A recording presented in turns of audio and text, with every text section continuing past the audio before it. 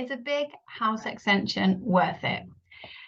I get asked this all the time by homeowners who are thinking about building in a big extension or a loft conversion or doing some big alteration to their home. And this may be you, and you may be thinking, well, we're not really entirely sure exactly what we want to do. We'll know when we see it. And then when you do start to see some ideas, you start to think, oh, well, yeah, this looks great. This would be great, but is it really worth it? Is it going to really deliver? And this is something that I come across all the time. And this is how you can figure out if it really is worth it to you to do that big house extension or make that big alteration to your home. That's going to be expensive. It's going to cause you a lot of hassle. You're going to have to deal with it for a long time. These projects take time, well over a year. So 12 months, 16, 18, maybe more, 24 months could easily be, or more. Do you really want to go through all of that? Is it going to be worth it? And not to mention the cost of doing it all. There's a lot to be thought about. And so this is what I'm going to help you with today. So there are 5 steps that I take my clients through to help them to figure out, to get really clear on what it is they really need and really want from their home in order to figure out what is going to be the best solution for them and going to give them what they need and want, so that at the end of the day, it's all going to be worthwhile. And so this is my 5-step method, is the Eagle method. So my Eagle method starts with the first E, is to evaluate your existing home. Get really clear what it is about the existing home that needs to change or needs to stay as it is for you to be happy with it. The A is the A of the Eagle is to assess your lifestyle. So get really clear, what is it that you do on a daily basis? What do you need to be able to do? And what's working, what's not working for you? How easy is it to live your life in your home? And what needs to change to make your life easier and more pleasurable? The G of the Eagle is to gather information.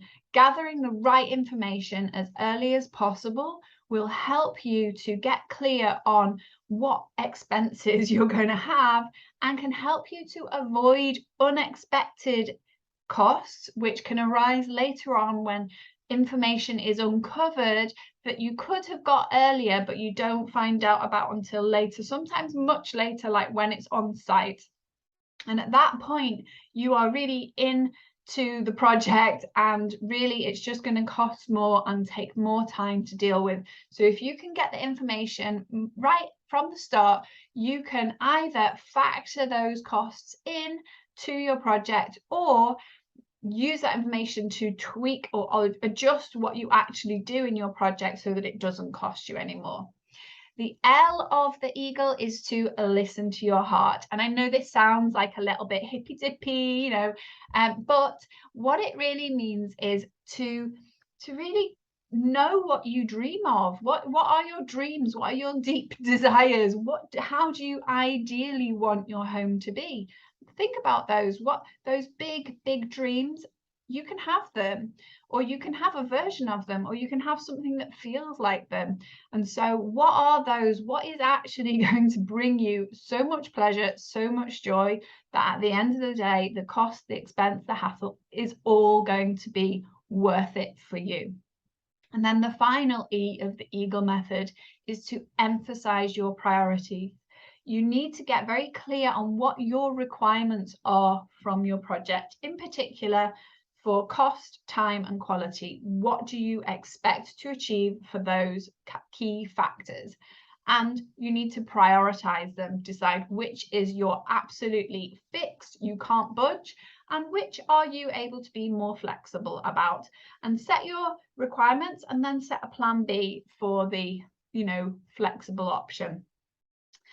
And that's it. 5 steps that you can do. Now, I created this Eagle method because I went from working in a big corporate business as an architect. I was delivering huge multi-million-pound projects, and they were taking me a few months to deliver a project. So what I would be given would be a huge binder of the vision from I was designing high schools. So it was a vision that was created by the school and the local authority, and they set out all the requirements for the project, what they expected, what their vision, what they wanted to achieve with the school, what their vision for the school was. And then it was my job to interpret that and create the design for it. When I set up iArchitect in 2009, I started working with homeowners, and I was presented with the question, well, what do you think we should do? What's worth doing to our house? We're not quite sure what we should do, but we hopefully will know when we see it. Now, these sorts of questions made it very clear that they didn't know really exactly what they needed and wanted from their project.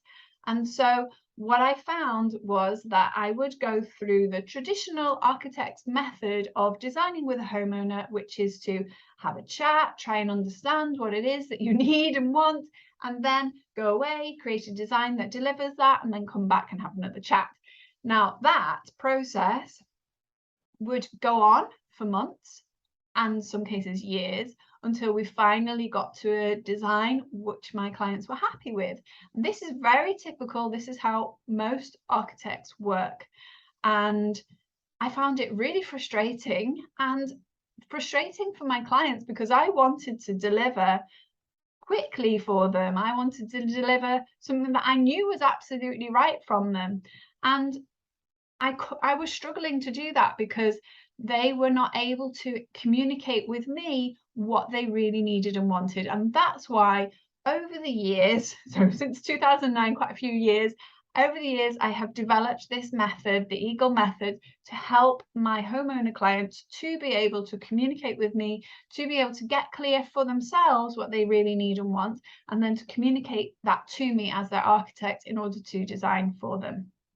Now, this is a really crucial step. It doesn't matter whether you're working with me or working with any other architect, you really need to get clear on your vision for your home. And I have a free checklist that you can get to help you. It's a taster of a couple of the exercises, well, one from each of the 5, to help you to start to create your vision. Now, this is not the complete, full, in-depth process, because that's a much bigger thing, but this taster will give you a really good head start, and it's much more than any other architect will give you. So if you're going to work with another architect, then that will help you too. But get hold of the Design Your Home Vision checklist for free. The description has the link, and you can get that there.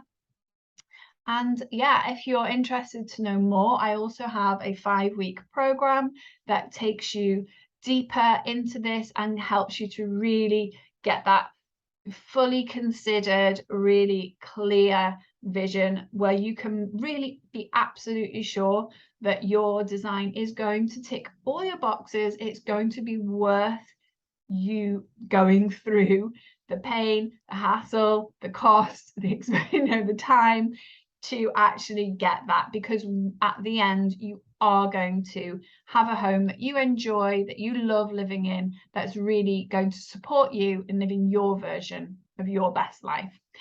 So get the checklist below, and if you are interested in some more information, you might like to watch my video about how to choose the right architect for you. So once you have your vision, you then need to work with the right architect for you to deliver that vision, to design that for you. And I have a video that you can watch here or here. I have put the link so that you can see the 3 different types of architects and which one is going to be the best for you for your project. Speak to you again soon. Bye for now.